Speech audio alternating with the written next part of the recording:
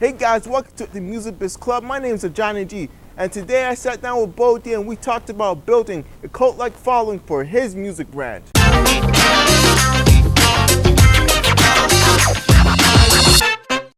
So why don't you tell everybody who's watching who you are and what you do and what your story is?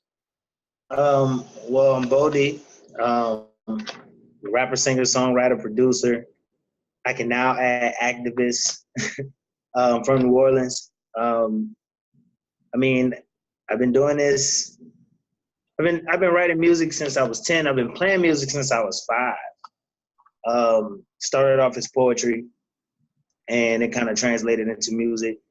It started off into it translated into rap. I wouldn't say it translated into music because growing up in New Orleans, playing in a band was kind of like the thing to do. So it was mainly instruments, and kind of growing up with that, and then writing poetry was like at that point, it was like I felt like, let me just see what I can do, because No Limit was real popular, Cash Money was real popular at the time, and my uncle from California actually started like an independent record label. So when I heard his music, that's what really made me want to do it. You know what I mean? So the first thing I did was I used to play, like, this is when wrestling was like really, really hot, like the WWF and all that. So I had the No Mercy game on Nintendo 64, and I used to go to the creative player mode and then play the instrumental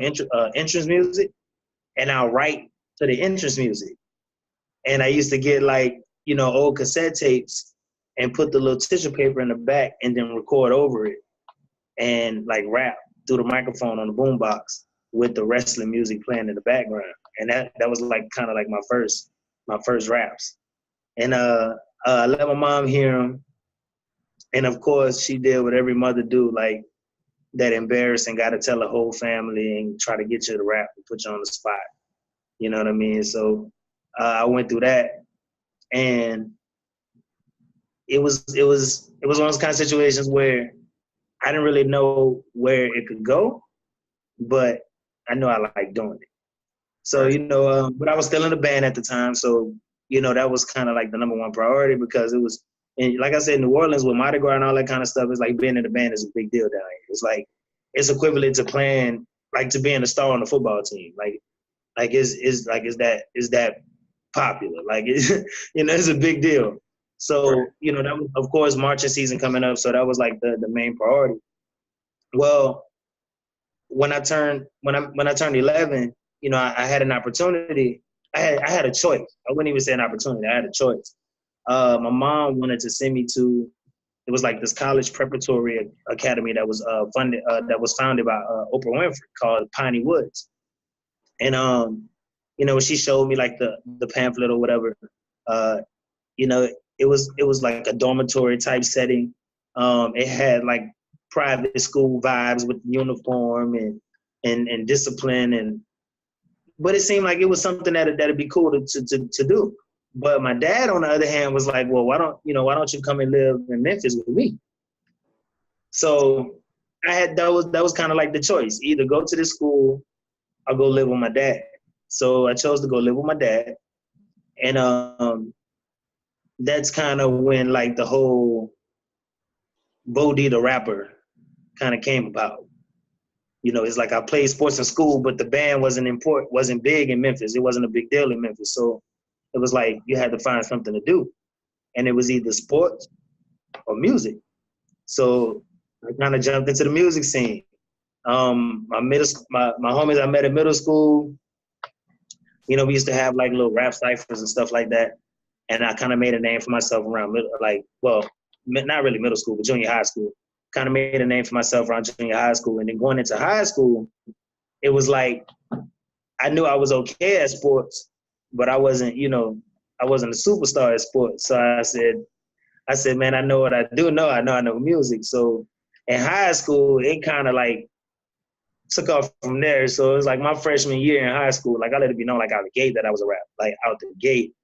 So we started like freestyle sessions in a lunchroom during freshman week. That was kind of like how we was all getting to know each other. So I was making a name for myself doing that. And then they had a pep rally. And I made the mistake of asking to perform during the pep rally. That was the worst mistake I ever made in my life. But, it made me, it helped me put everything into perspective and understand that not everybody is going to like you, or you are going to have to experience an opportunity like to where people make you feel like they don't like you just because it's cool to make you feel like they don't like you. So I chose to do the pep rally. And because it was freshman week, all of the upperclassmen, they try to dog the freshmen out. You see what I'm saying? So it was one of those kind of situations where it was like, it was more so because I was a freshman and not because I was a bad rapper. Because it was freshman week and freshman Friday, they used to chase us around school and put with Sharpie markers and try to draw F's on our forehead, stuff like that. So they used to try to dog the freshmen out. So I was a freshman, and when they announced me as a freshman. So right out the gate, like all the upperclassmen in there just started booing. Like right out the gate, they just started booing. Before I even opened my mouth, they started booing. So they play the music. I'm trying to rap over the boos. Now, mind you, we are in a school gym. So the boos are echoing. They bouncing off the walls, off the ceilings. You know what I'm saying? So it's like, at this point, it become overwhelming because you can't even hear the music over the boos. And the administration ain't trying to stop it because they know, like, man, this is how they do the freshmen. So it is what it is. And, man, for that whole week, they rolled me, man, for that whole week, man. Like, I didn't know whether or not I wanted to rap again or whether or not I just wanted to quit. But I was like, nah, I can't. I said, I can't. I said, that come with the territory. It was at that moment that I just knew. I said, okay, that come with the territory. So I came back to school. They had their little run with it, cracking their jokes. Booed at a pep rally. They did all that. And, I kind of went through the school year still doing what I was doing, rapping in the lunchroom, freestyles. Then they started this whole battle rap thing. And every morning at 6 o'clock in the morning, we were in the school lobby, battle rap. And like, it was crazy, man. Like it was like a crowd. Like people used to come to school early just so they can catch the battle. Like they'll come to school early just so they can catch the battle. So it's like, I went from being a rapper to the battle rapper and kind of regained my popularity all over again with the battle rap thing. So later on, the talent show coming up later on, I entered the talent show. And I said to myself, please. I said, I got booed during the pep rally. Please don't let this happen again. Mind you, I'm still a freshman. So go to the talent show. Talent show comes. I perform. They love me. I actually wound up winning the talent show. And then from that point on, I was just known as that guy in school. So at that point, I was like, all right, this is something that I really want to do. So one of my homies in school named Scooby, he was a producer. And I used to go to his house, after school and stuff like that, because he had a studio and stuff at his house. And he used to make beats, and we'll rap over him. He kind of had like a whole little crew, like him, Kedrick, Jay Twice, Brandon was even with us. And then we had a white boy named Gee. And we'll all kind of go over there and just like freestyle. He'll make beats, we'll rap. Started working on like CDs and mixtapes and stuff like that. And, that kind of started the whole trying to pursue this thing, like doing something. But we were still young. So we didn't really know what we was doing with it, but we knew what we was trying to do with it, if that makes sense. You feel what I'm saying? It was like we knew like we wanted to make something happen with it, but we didn't really like think that we'll make something happen with it. Like that's kind of like how it was. So like going from that transition, what was the point where you said, I'm a professional now? Like, what was? It's probably when I turned 18, when I graduated high school. And the reason I say that is because when I graduated high school, like I took a year off before going to college, and like I traveled around doing door-to-door sales. And when I realized that I could sell magazines door-to-door to strangers, I was like, man, I can sell anything. And everywhere I went, I always would talk about the fact that I did music. So when I went back home and went back to school and started my freshman year of school, That's when I released my first CD, because this one MySpace was still kind of jumping. And I went to like a private Christian college, so I was like one of like 5 to 10 black people out of like 2,400 white people. You know what I mean? So it's like I definitely stood out. And then freshmen were allowed to have cars. So I had a nice car. I had an Acura with Lamborghini doors on it, and it was painted and had tribal graphics and all that stuff on there. So it's like my car attracted a lot of attention. And when they found out I can rap, you know, like white people get excited when they find out the cool black guy raps. You know what I mean? So that was kind of like how that went down. And it was like, yo, bro, you need to make a CD, bro. We'll buy that joint. And like, it was just up from there. Like man, listen, bro, I sold like 200 copy CDs in like 3 days. Like, 100? And they were buying them like $10 a piece. They were buying them, bro. Wow. 200 CDs in like 3 days, bro. And they was buying them at $10 a piece. That's crazy. Like most artists you there? sell 50 CDs, which is insane. Right. But see, I was on a college campus and they was just like excited because they knew me. You know, it was one of those things like, man, we know this dude. Like, you know what I mean? We're buying his first CD. We know this guy. So that's what I think it was. I think the excitement was more of, we know, because a lot of them now still even hit me up now and be like, bro, I still got your first CD. You know what I mean? So it's like, that's dope. Yeah. So, wow. That's amazing. And so transitioning from the MySpace era to now, what are the differences in terms of marketing?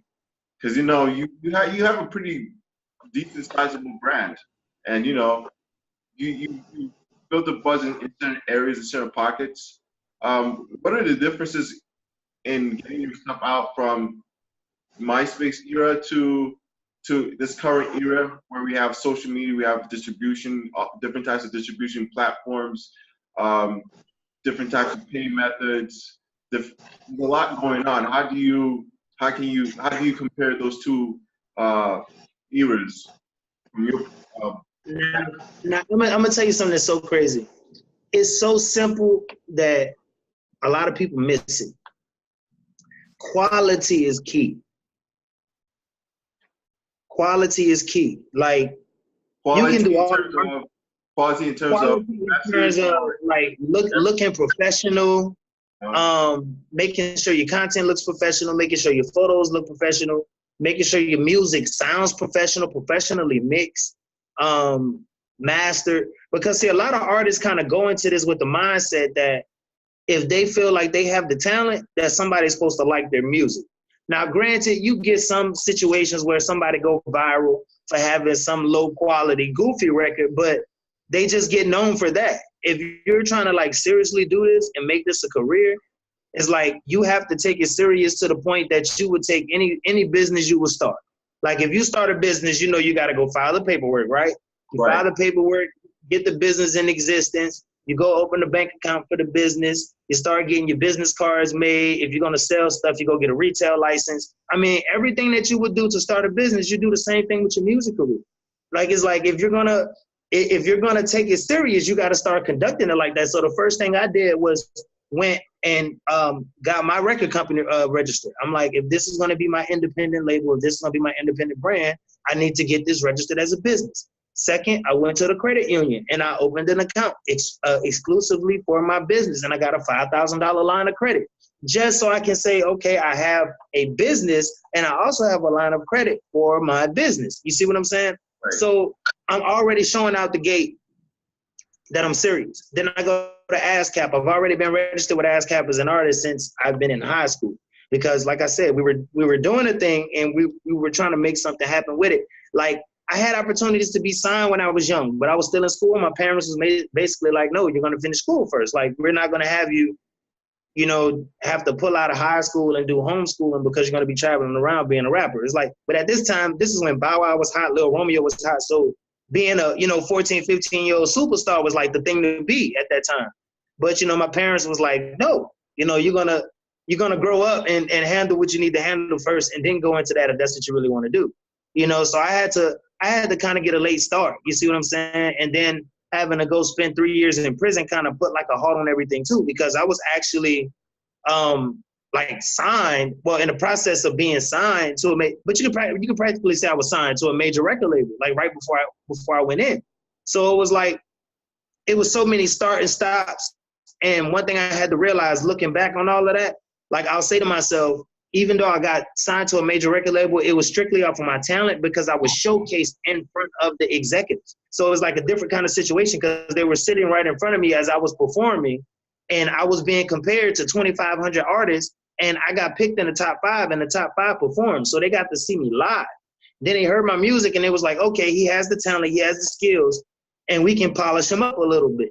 But at the same time, you know, I was fighting the case over something petty, like in a self-defense type of situation. So, you know, when that happened, it kind of put a pause. But I used that time to really study the industry. Like I had books sent in to really study the industry and study how to run a record label and study like the ins and outs of like the law when it comes to music and how to understand the contracts and what to look for and what to sign and what not to sign.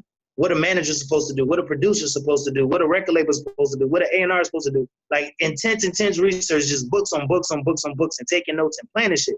You know what I'm saying? Then you meet people in there that got talents that can draw. So I talked to a couple guys and talked about my logo and had them, you know, draw up some logos and pay them in Zoom Zooms and Wham Whams to draw up a logo. Like just basically utilizing, you know, where I am and kind of using it to my advantage to say, okay, this is the plan I'm going to put together. So when I go home, this is what I'm going to do. So when I came home, it's like I just put everything into action.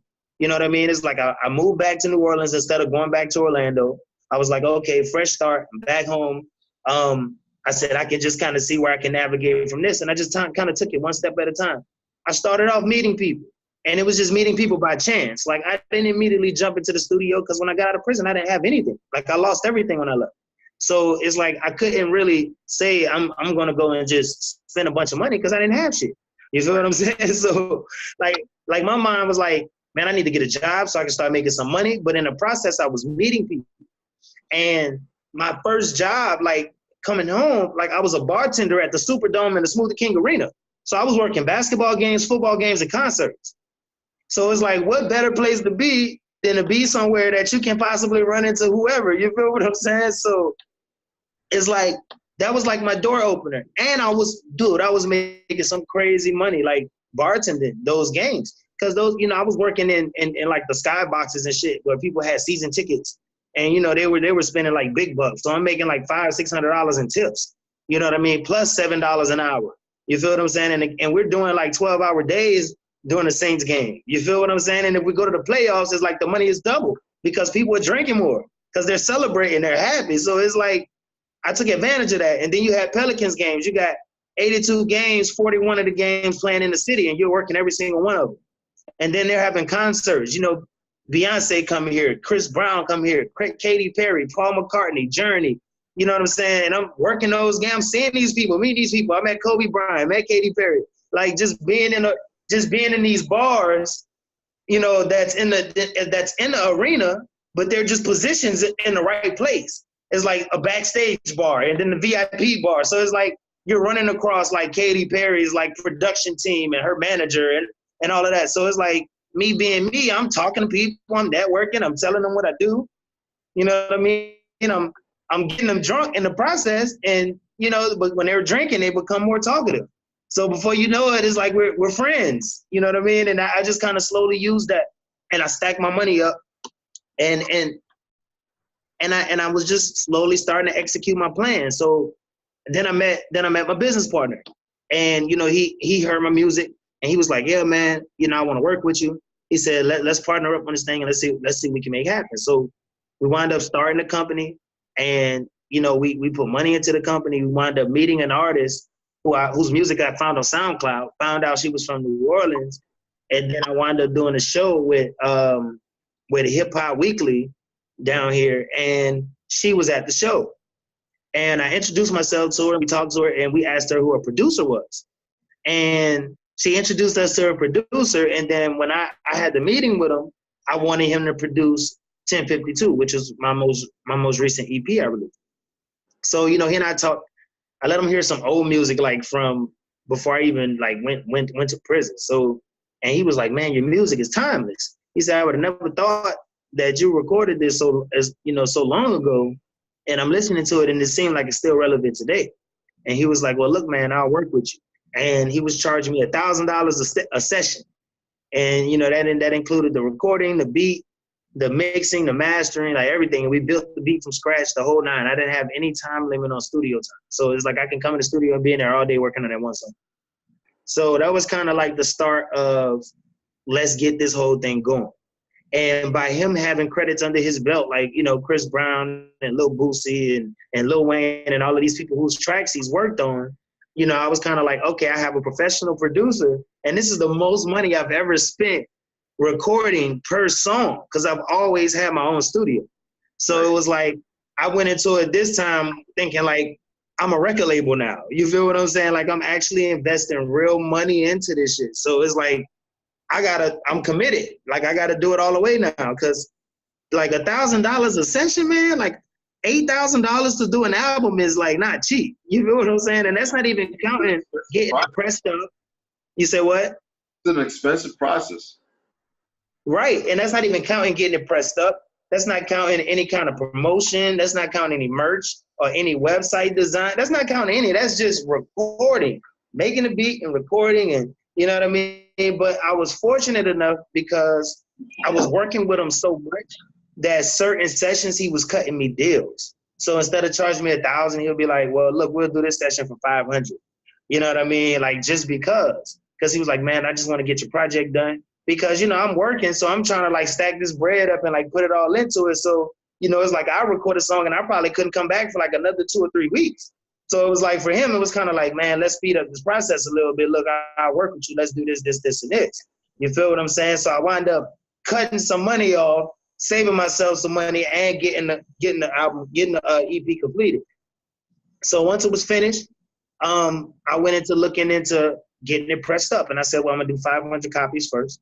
And, you know, I kind of started with the whole like niche marketing thing. Like even though I released it like on iTunes and all that kind of stuff, I really wanted to try this whole like trying to build a cult following thing, to where a certain group of people know about me, and I'm fine with that. Because my mission, honestly, with all of the craziness that goes on in the music industry, my mission is not to be the biggest superstar. My mission is not to be super famous. My mission is not to be the biggest celebrity. It's like, I kind of want to have this cult following where I can go and do shows somewhere and I can sell out 2,000 seaters. I don't have to sell out 10 and 15 and 20,000 seaters. I can sell out 2,000 seaters, 1,500, 3,000 seaters. I'm cool with that. That's a lot of fucking people. You feel what I'm saying? And to have 1,000 people spend $100 a year, I'm making $100,000 a year, and it's all mine. And I don't have to have anybody dictate, if I need to put on a dress to make my video go viral. Like, I'm cool with the video getting 5,000 views, because guess what? Out of those 5,000 views, I have probably about 500 of those people that's gonna probably buy something from me, buy some merch or buy some music or come to a show. Right, you know what I mean? Yeah, definitely. I mean, like, one thing that I think, or sometimes I even tell artists is like, everybody wants to sell at Madison Square Garden. Not everybody's going to sell at Madison Square Garden, but you can easily reach 200, 2,000, 5,000, whatever the number is, of people on the internet, and build a connection with them, and where they'll spend $100, $500, $1,000 on your brand or with your brand in a year, and you can make a living out of that. So, right, and that's my main concern. A lot of people, and that's the thing that kind of like really kind of it irks me too, is when people try to validate your work based on views and based on like followers and likes, and then it's like, there's people with a bunch of views and likes and followers, and they're broke. Like, right. You feel what I'm saying? It's like they're famous online and they're broke. And then there's people that got 5,000 followers and get maybe 30 likes on a picture, but they'll go hundreds of thousands of dollars a year.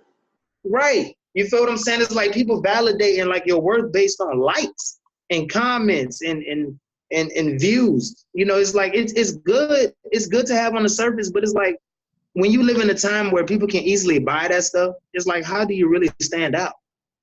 Right. You feel what I'm saying? Like you can buy everything. You can buy likes, you can buy views, you can buy comments, you can buy followers, you can buy everything. Well, So if you know you can it's about brand equity. It's about brand equity. Right.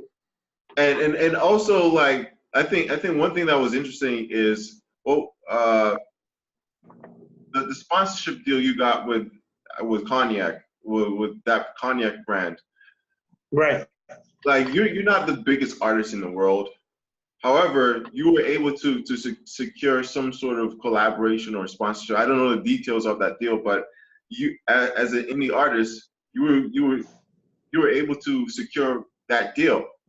And I think there's so much opportunity out there that I think artists need to sort of kind of look at themselves, recalibrate, and go after opportunities. You don't have to be the biggest artist, but you can still make a decent living. And well, here's how that situation happened. See, there I have a little secret to my artistry is that like I'm not just like a rapper singer. See, when I sit down with anybody, and this is how I got the cognac to work with me. This is how I got the vodka to work with me, and all of those deals were temporary because I'm not the biggest artist, so they're not gonna really see a true like financial return, on investing heavily in me. However, by collaborating with me, they do know, okay, well, if we collaborate with him, we kind of help him out too.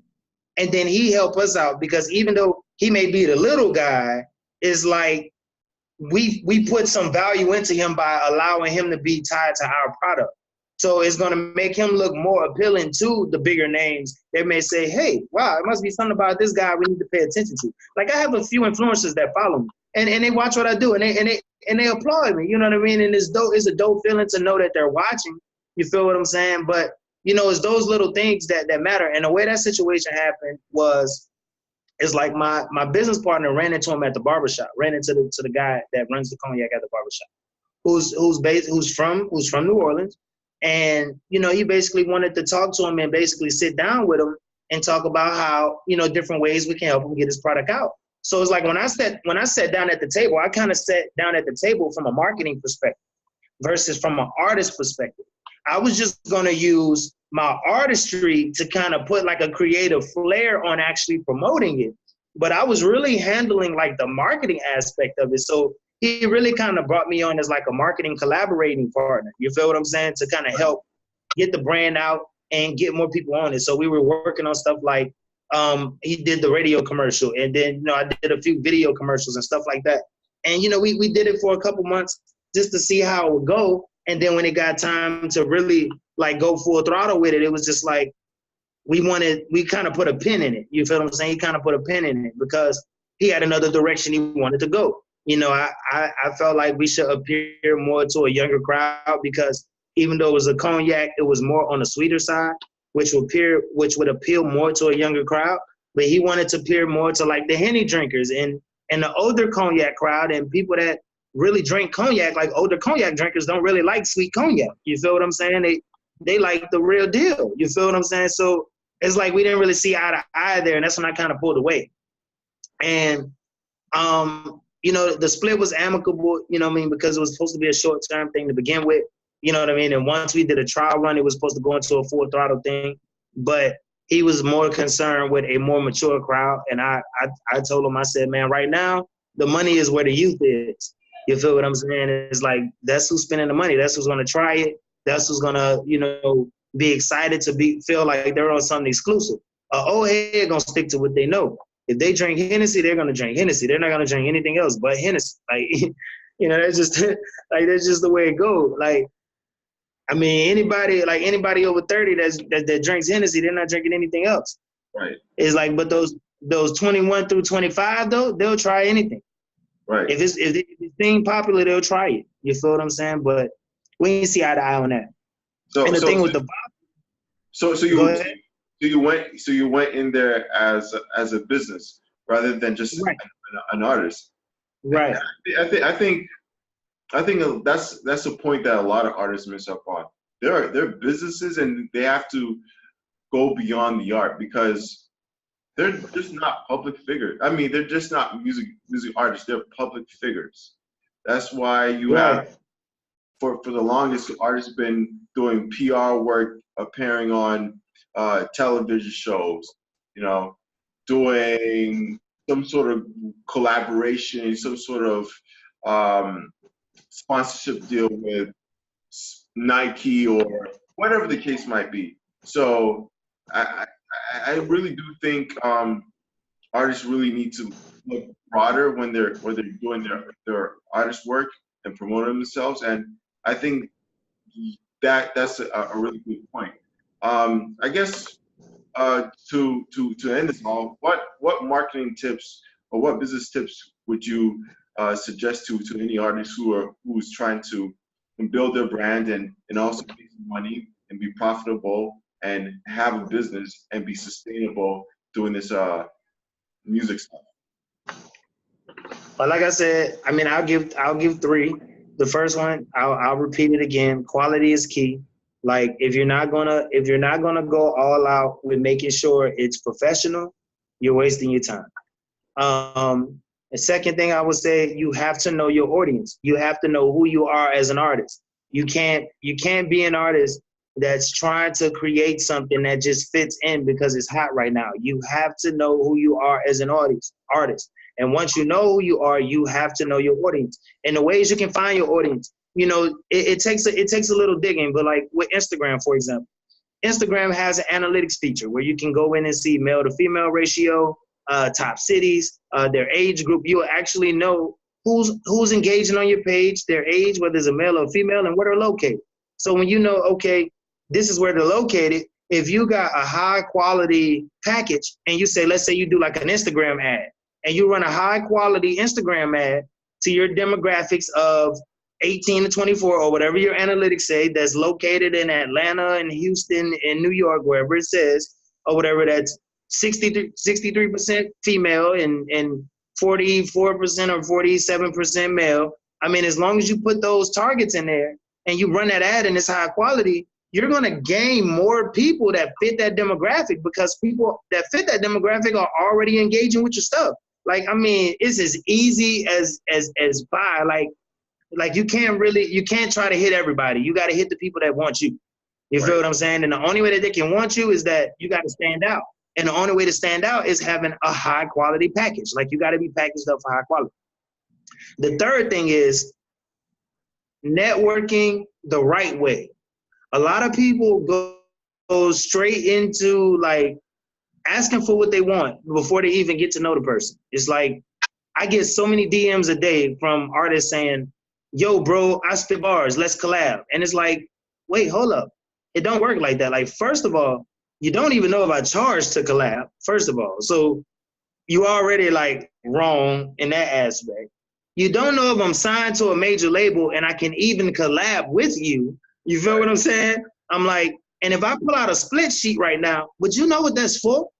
Right, exactly. So it's like, if you don't network properly, you're gonna lose every time. You know, like networking is the biggest thing to marketing. So, and I just got into LinkedIn. I saw you, you know, I've been seeing you post about it and brag about it.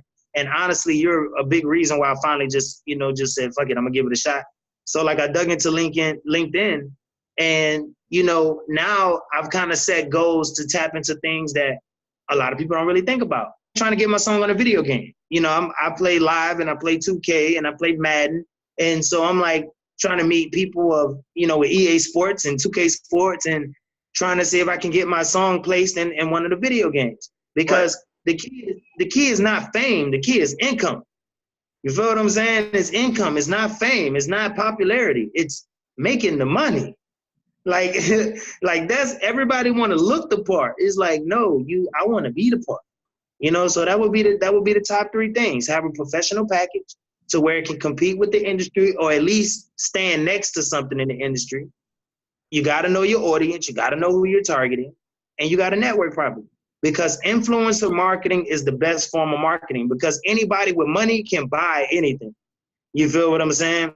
But if you meet and make the right relationships with the right people that have the fan base, if they give you a shout out or if they post you or if they say, hey, this guy's the guy y'all need to pay attention to, their following is going to gravitate to you a whole lot faster than any money you can spend advertising.